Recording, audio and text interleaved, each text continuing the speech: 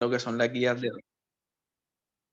de recientemente actualizadas del año anterior de manejo de dengue y adicionalmente a ello, la idea pues es centrando principalmente, ellos dan 10 recomendaciones, alrededor de 10 12 recomendaciones y puntualizar lo que corresponde al manejo de fluidos, donde vamos a diferir un poco lo que se va a hablar en malaria y donde la idea es mirar hasta qué punto las cargas de líquidos que estamos utilizando de manera sistemática en dengue están justificadas en la evidencia y hacia dónde apuntamos con esta patología. Indudablemente, estas son las directrices publicadas por la OPS y por la OMS con relación al manejo de entidades frecuentes en nuestro medio, como es el dengue, chikungunya y el Zika. Y puntualmente, estas fueron publicadas en el 2021 y nos resumen una serie de recomendaciones en las cuales, si vemos el mayor alto grado de evidencia, vamos a ver que ninguna de las recomendaciones la va a cumplir. Generalmente, todas van a ser bajas o muy bajas. Y dos, por el contrario, el nivel o la fuerza de recomendación en la mayoría de los casos va a ser fuerte. Entonces, lo primero que debemos decir es en cuanto a los hallazgos clínicos que nos puedan orientar hacia el diagnóstico de dengue o alguna de las otras entidades, y hay unos hallazgos clínicos que puntualmente nos orientan más hacia una u otra entidad y centrarnos principalmente en el dengue. Si tratamos de identificar unos datos clínicos que pudiesen orientarnos hacia esta enfermedad, tendríamos que señalar las artralgias, la presencia de mialgias, la presencia de manifestaciones hemorrágicas, la trombocitopenia, las variaciones en el hemoleucograma con leucopenia y algunos signos como la cefalea holocraniana potencialmente nos pueden orientar. Si pueden cerrar los micrófonos. En términos de nos pueden orientar, así que potencialmente nuestro paciente tiene un caso de dengue y le señalo estos parámetros porque adicionalmente están relacionados con mal pronóstico y con peores desenlaces, sobre todo el síndrome de fuga capilar y la extravasación de fluidos. Más allá de que la trombocitopenia, que generalmente es la que más temor nos genera, realmente es de la que el OR para desenlaces adversos y mortalidad no va a ser el más elevado, como si hay otros datos clínicos que potencialmente se pueden correlacionar más con desenlaces adversos. Y si lo colocáramos en una tabla de evidencia con relación a la posibilidad de que los hallazgos clínicos de laboratorio pudiesen estar en relación con un caso de dengue, tendríamos que señalar que los cambios a nivel del hemograma son los signos, son el hallazgo de laboratorio que más nos va a orientar hacia un diagnóstico de dengue asociado pues a la clínica que conocemos de cefalea, astralia, mialgia, cuadro febril, y vemos que el dolor retroocular o la presencia de algunos síntomas respiratorios, pues tienen una baja probabilidad diagnóstica y que por el contrario, si habláramos de sintomatología respiratoria, potencialmente este nos pudiese inclusive disminuir o excluir la posibilidad de que estemos ante un caso de dengue. Y las guías se han centrado en definir los signos de alarma y aquellas condiciones que potencialmente se van a asociar a peores desenlaces, y en este centrarnos principalmente en la acumulación de fluidos y el síndrome de fuga capilar, en los cuales va la parte del tema del día, que es el manejo de fluidos en esta entidad, y donde potencialmente muchas de ellas pueden derivar del inadecuado manejo de los fluidos que damos inicialmente, y esto pues sustentado pues en que la recomendación es un agresivo manejo de fluidos en el escenario del paciente con dengue independiente del estado hemodinámico. Y si hablamos de criterios de hospitalización, dentro de las variables clínicas, principalmente el acortamiento de la presión de pulso, pero hay que decir que en cuanto a este parámetro clínico, su mayor evidencia en el escenario de pediatría y de hecho, si revisamos los estudios de este correlacionados con el impacto hemodinámico y con resultados en pacientes, la gran mayoría de la evidencia deriva de pediatría y no tenemos tantos estudios en adultos. El impacto sobre la tensión arterial, la disfunción renal, por el contrario, y la presencia de signos de extravasación de fluidos, sí van a estar, y sobre todo en población de adultos, correlacionados con desenlaces adversos. Es por ello que la evolución de la definición de dengue y de los casos de dengue ha evolucionado de acuerdo a la actualización de la OMS, y la que utilizamos actualmente es la del 2009, y en este caso tenemos unas condiciones en las cuales tenemos casos colares de dengue, dengue con signos de alarma y dengue grave, en los cuales potencialmente nos aumenta la probabilidad de que ese paciente pueda tener un desenlace adverso, y aquí principalmente señalar los resultados que pueden estar asociados de manera incrementando los requerimientos o la mortalidad, el requerimiento de ingreso a UCI, los días de estancia hospitalaria, entre otros, en aquellos pacientes que tienen acumulación de líquidos y tienen síndrome de fuga capilar. Esta revisión sistemática y metaanálisis del 2021, en la cual se revisa y se reúne basado en los criterios de la OMS del 97 y del 2009, nos reúne algunos de los factores de más pronóstico que pueden estar relacionados en esta enfermedad, y les he señalado aquí algunos donde principalmente observamos lo que es la presencia de signos de extravasación, en este caso la citis, y hay que señalar que también el derrame pleural tiene un OR con una fuerte correlación con desenlaces adversos, un R mayor de 5, y la presencia de signos de alarma, donde incluimos el SACITI, el derrame pleural, van a tener también una fuerte correlación con desenlaces adversos. Lo otro son las manifestaciones hemorrágicas, en las cuales precisamente las de tracto gastrointestinal van a tener un desenlace, van a estar correlacionadas con desenlaces adversos. En cuanto a los signos de alarma, definidos precisamente por variaciones en el hemograma, observamos el aumento del hematocrito y el descenso de las plaquetas, pero con un R de 5, pero esto está más que todo influenciado por el valor del hematocrito, de la hemoglobina hematocrito. Y por esto, y uno de los mensajes que debemos tener en cuenta es que potencialmente el nivel de plaquetas y la trombocitopenia no van a ser el principal parámetro que pueda definir desenlaces adversos, y que debemos empezar a mirar el resto del contexto del paciente como el impacto hemodinámico, las presiones arteriales, la presión de pulso, la cual pues la idea pues es que estamos en gestión de realizar un trabajo para validar esa presión de pulso también en escenario de adultos, donde su principal evidencia, como ya se lo he comentado, es precisamente en población pediátrica. Signos de alarma como el dolor abdominal o la extravasación debemos tener en consideración y no centrarnos únicamente en el valor de las plaquetas, y si vemos en lo que les extraje de esta tabla, no incluye la trombocitomía directamente como un factor que pueda estar directamente relacionado con peores pronósticos. Y hablando de la fluidoterapia, si bien vemos que vemos la calidad de la evidencia es baja o muy baja en caso de la utilización de la hidratación parenteral, y es una estrategia de reanimación que utilizamos de manera sistemática, pero cuando vamos al sustento de la evidencia vemos que son estudios, no son estudios nuevos, no son estudios recientes, y donde principalmente los impactos, los desenlaces que vemos desde el punto de vista de la fluidoterapia son en pequeñas poblaciones, generalmente derivados de pediatría y no tantos estudios en adultos, pero que hemos extrapolado y que las guías de la OMS y la OPS han llevado a la práctica clínica diaria y a su uso sistemático. Así mismo, si definimos de punto de vista fisiopatológico, en el dengue vamos a tener una vasculopatía y una alteración a nivel del endotelio vascular con síndrome de fuga capilar, y vamos a tener hemoconcentración y disfunción endotelial, lo cual va a llevar a depresión o bajo volumen intravascular efectivo, y vamos a tener todo lo que corresponde al choque, en el cual que el impacto de los fluidos que podemos utilizar, lejos de mejorar algunos parámetros hemodinámicos, también pueden favorecer ese síndrome de fuga capilar y la extracción de volumen, y por el contrario, aumentar los desenlaces adversos. Entonces, en cuanto lo otro, la recomendación es revisar qué hacemos con si usamos cristaloides o coloides, y realmente en el momento pues hay algunos trabajos que apoyan la utilización de los coloides, principalmente por su impacto hemodinámico. Sin embargo, hay que recordar que los coloides en pacientes críticos se han correlacionado con desenlaces adversos como disfunción renal e inclusive tendencia a aumento de mortalidad. Entonces, cuando revisamos los estudios en los cuales se basan estas recomendaciones de manejo de fluidos, esta publicación de 1999, en el cual utilizó 4 tipos de fluidos: solución salina, lactato de Ringer y 2 coloides sintéticos, observamos que ellos evaluaron impactos sobre signos clínicos, sobre un valor de laboratorio que es el hematocrito y sobre el índice cardíaco. Recordemos que dentro de lo que buscamos, y estos son estudios principalmente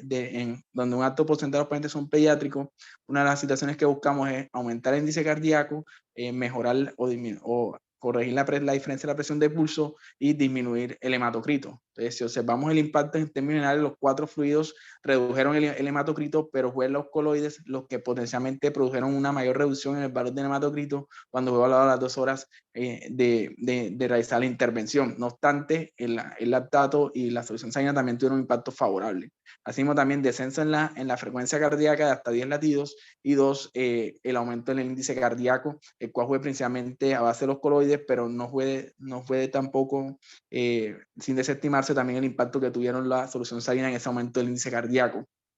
Y si comparamos directamente coloides con cristaloides, los 4 grupos que vimos de trabajo los dividimos en grupo de cristaloides y el grupo de los coloides, observamos que en términos generales, cuando utilizamos la variable hematocrito, observamos un descenso hasta 10 puntos en el hematocrito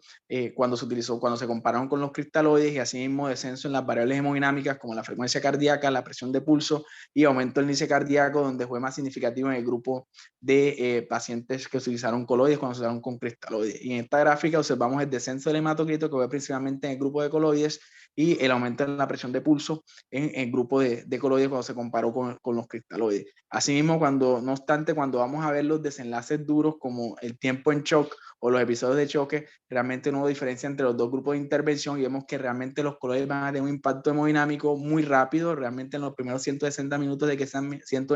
se administran, pero habría que revisar y mirar los impactos a largo plazo que estos pudieran tener y realmente pues de momento no pudiésemos decir que mejoran desenlaces clínicos fuertes. También cuando observamos el comportamiento del recuento plaquetario o el comportamiento de la leucopenia, si bien hubo algunas variaciones, estas no son significativas. En este segundo trabajo, publicado en el 2001, en el cual se evaluó principalmente en población pediátrica también, el anterior tenía adultos y pediátricos, en este más que todo pediátrico, observamos que se evaluó el síndrome de fuga capilar y la presión de pulso y la hipotensión como parámetros. Y en términos generales, en los grupos en los que usaron los coloides, tuvieron tendencia a tener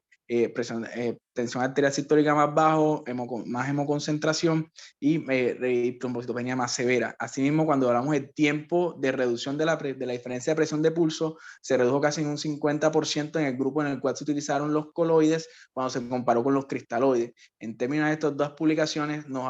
tienen una tendencia a favorecer el uso de los coloides versus los cristaloides. No obstante, estas publicaciones son antes de los metaanálisis y de los estudios posteriores que fueron publicados con los eventos adversos derivados de los coloides. Sin embargo, no dejan de ser una alternativa que potencialmente pudiésemos utilizar en el escenario de dengue, y cuando vemos los pacientes comparados con grandes diferencias de presión de pulso versus presión de pulso normal y el tiempo de recuperación de esa presión de pulso, ese tiempo que demoramos en acortar esas diferencias, bueno, ese tiempo que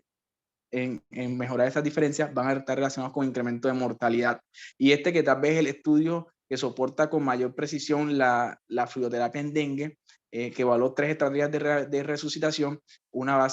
a base de coloide y una base de lactato de Ringer, en el cual ellos evaluaron tanto desenlaces, evaluaron impacto hemodinámico y sobre algunos desenlaces de laboratorio, y en términos generales los grupos de trabajo todos tenían trombocitopenia, todos por debajo de 60.000, y cuando observamos el tiempo de recuperación y el tiempo de estabilización hemodinámica, realmente una tendencia a ser mejor en el grupo de lactato versus el grupo de los coloides. Este trabajo difiere y un ensayo clínico aleatorizado de mayor rigor metodológico que los dos publicados previamente, y de alguna manera sustenta que este es el fluido ideal, los cristaloides balanceados, para realizar la reanimación en el escenario de pacientes. No obstante, estos son pacientes pediátricos y de aquí se extrapola la definición de la OMS en cuanto al manejo del choque por dengue. Y les traigo la recomendación de los CDC, en el cual de alguna manera nos resumen mejor esas estrategias y se fundamentan en los 3 trabajos que previamente les comenté, y hay 3 grupos de trabajo donde en este momento nos va a interesar el grupo B y el grupo C de manejo intrahospitalario, en el cual tenemos un dengue con signos de alarma y signos de extravasación, en el cual quiero que veamos el volumen, la cantidad de volumen que nos invita a utilizar, y hay que recordar que estos son modelos de choque séptico y se extrapolan algunos de los conceptos de choque, en el cual vamos a entrar con fluidos que van de 5 a 7 cc por kilo por hora en los primeros 120 minutos, y que de acuerdo a esa respuesta y de acuerdo, siguiendo principalmente por el valor de hemoglobina hematocrito, de acuerdo a esos valores de hemoglobina hematocrito y de acuerdo a si mejoran o no, pudiésemos considerar inclusive el incremento de la tasa de volumen, llegando a utilizar volúmenes de hasta 5 cc por kilo. Inclusive hay recomendaciones de algunos textos y de algunas revisiones en las cuales nos posibilitan la utilización de hasta 20 a 30 cc por kilo para iniciar en la reanimación. No obstante, no valoramos el impacto a largo plazo que pueden tener estas grandes cargas de volumen en el paciente con dengue. Solamente los estudios pues hasta el momento señalan sobre todo los impactos hemodinámicos, y en el caso del choque compensado hay que reconocer que hay un estado de choque compensado en el cual, a pesar de que hay signos de hipoperfusión y disfunción tisular lo obtenemos presión arterial sistólica conservada y tenemos también una adecuada presión de pulso. En ese escenario, hablado de shock compensado, pudiésemos utilizar parámetros de volumen similares a los que hasta el momento hemos venido discutiendo, de 10 a 20 cc por kilo por hora, pero si el paciente no responde a esa reanimación, pudiésemos incrementar esa cantidad de volumen, y hasta el momento pues vamos en 20 cc por kilo, y recordando pues, y hay que señalar aquí que si bien en el momento agudo la reanimación con grandes cargas de volumen puede tener un reimpacto hemodinámico favorable, hay que recordar los impactos a largo plazo que esto pueda tener, y principalmente vamos a enfrentar el SDRA, la sobrecarga de volumen, la disfunción renal y la falla cardíaca. Entonces, en el caso del paciente que tiene shock por dengue con hipotensión, el anterior tenemos presiones conservadas, las recomendaciones van a utilizar hasta 20 cc por kilo en 15 minutos, y pudiésemos aumentar ese espectro de volumen y administrar dosis adicionales de 10 a 20 cc por kilo en caso de que el paciente no responda, y en caso de que persista esa hipotensión y además tengamos signos de caída en el hematocrito, tendríamos que sospechar la posibilidad de que ese paciente tenga una complicación desde el punto de vista hemorrágico, y en este caso habría que considerar, además del volumen que hemos administrado hasta este momento, también la posibilidad de hacer un soporte transfusional.